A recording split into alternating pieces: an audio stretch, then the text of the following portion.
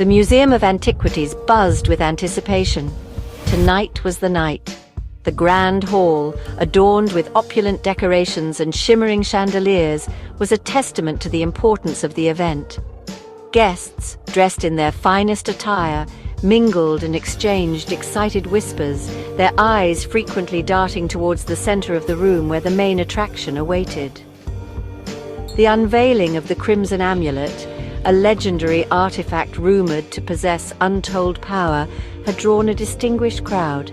Scholars, historians, and collectors from around the world had gathered, each hoping to catch a glimpse of the fabled jewel.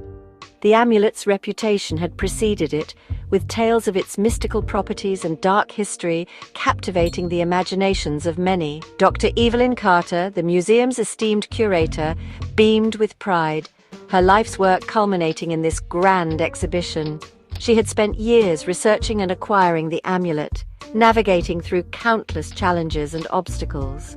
Her dedication and perseverance had finally paid off, and tonight she was ready to share her discovery with the world. She stood poised beside the heavily guarded display case, ready to present the amulet to the world. The security measures in place were a testament to the amulet's value and the lengths the museum had gone to ensure its safety. Guards stood at attention, their eyes scanning the room for any signs of trouble. The air crackled with excitement as Dr. Carter began to speak, her voice echoing through the grand hall. She welcomed the guests and expressed her gratitude for their presence, setting the stage for the moment everyone had been waiting for. She spoke of the amulet's rich history, its journey through centuries, and the mysteries it held. From ancient civilizations to modern times, the Crimson Amulet had been a symbol of power and intrigue. Dr. Carter's words painted a vivid picture of its storied past, capturing the audience's imagination. Her words painted vivid pictures in the minds of the captivated audience. They could almost see the ancient kings and queens who had once possessed the amulet, feel the weight of its history, and sense the aura of mystery that surrounded it. They leaned forward, eager to catch a glimpse of the artifact that had inspired countless myths and legends. The anticipation in the room was palpable, with every eye fixed on the display case. As the velvet drape lifted, a collective gasp rippled through the room. The moment had finally arrived, and the amulet was revealed in all its glory. The Crimson Amulet, a fiery ruby nestled within an intricate gold setting, pulsed with an eerie light. Its deep red hue seemed to glow from within, casting a mesmerizing spell over all who beheld it. Its beauty was undeniable, its allure almost hypnotic. The intricate craftsmanship of the gold setting only added to its mystique, making it a true masterpiece.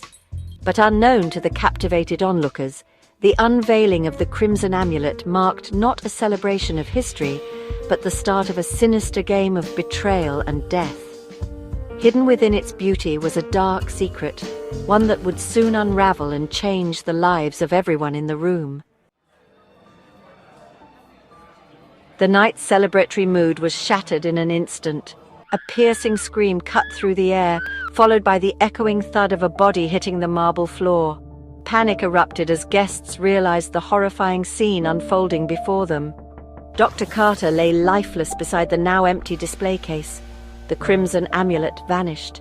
Chaos reigned as security swarmed the room, their shouts drowned out by the growing hysteria. Whispers of disbelief and fear snaked through the crowd. The impossible had happened. The unthinkable had been done. In the very heart of the Museum of Antiquities, a murder had been committed and a priceless artifact stolen. As the initial shock subsided, a chilling realization settled over the room. Everyone present was a suspect. No one could leave. The museum, once a sanctuary of history and culture, had become a gilded cage, trapping the guests within its walls, each haunted by the chilling truth. The killer was one of them. The scene that greeted me was chaotic, yet strangely silent. The air was thick with tension, and the usually serene museum had transformed into a place of unease and dread. The once vibrant halls now felt cold and foreboding, as if the very walls were whispering secrets of the crime that had just occurred. The guests, huddled together, their faces etched with fear and suspicion, watched my every move. Their eyes darted around nervously, as if expecting the culprit to emerge from the shadows at any moment. Whispers filled the air, each person speculating about the identity of the murderer. I surveyed the scene, my gaze lingering on the lifeless form of Dr. Carter. His body lay sprawled on the cold marble floor, a stark contrast to the opulent surroundings.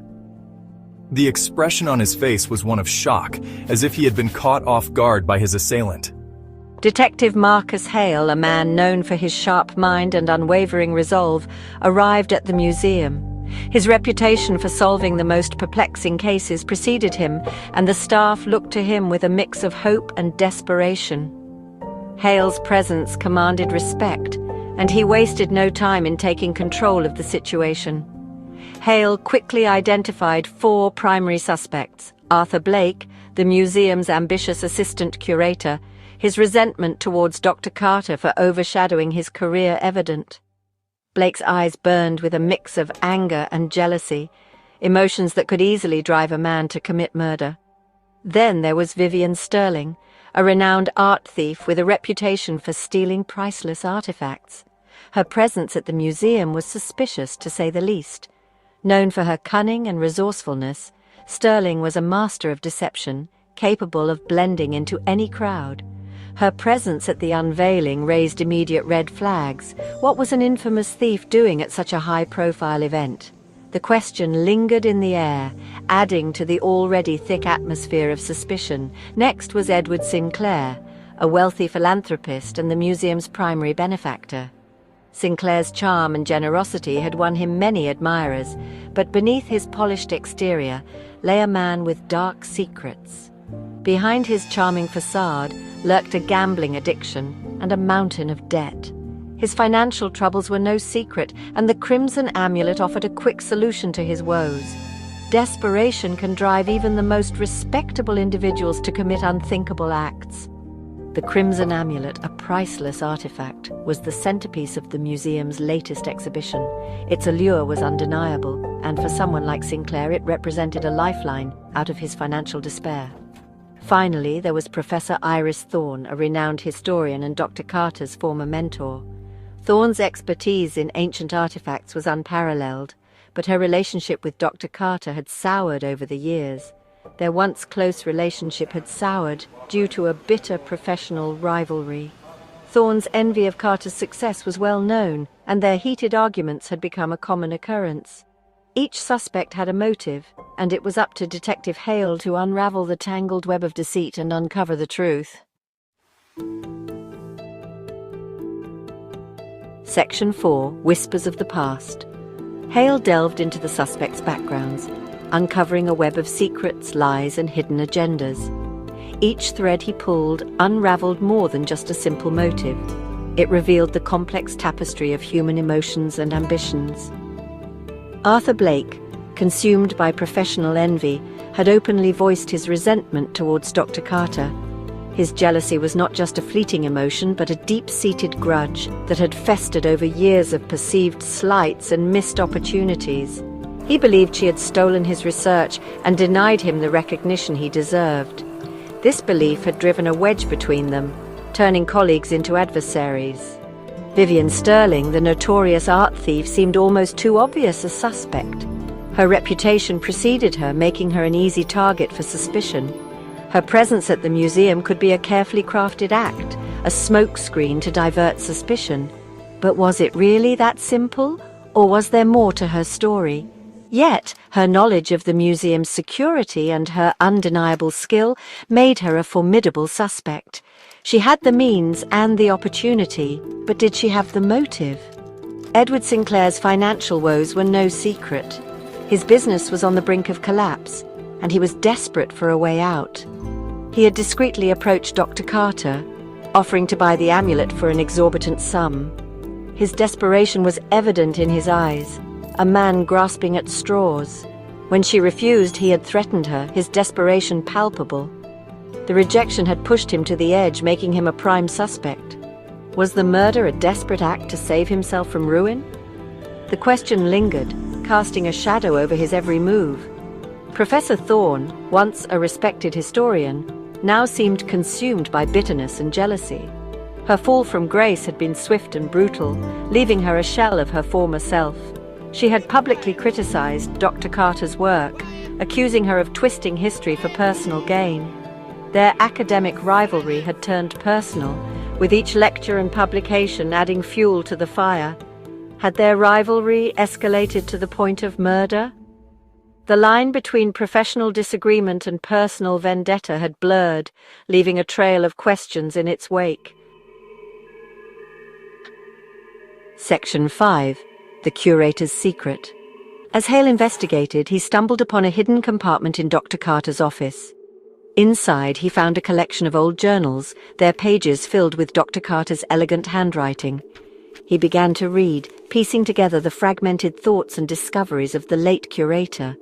The journals revealed a different side of Dr. Carter, a woman haunted by a dark secret. Years ago, she had stumbled upon evidence suggesting the Crimson Amulet was not just a historical artifact, but a key to a hidden chamber within the museum. This chamber, according to legend, held secrets that could rewrite history. Dr. Carter believed someone else knew about the chamber and the amulet's true significance.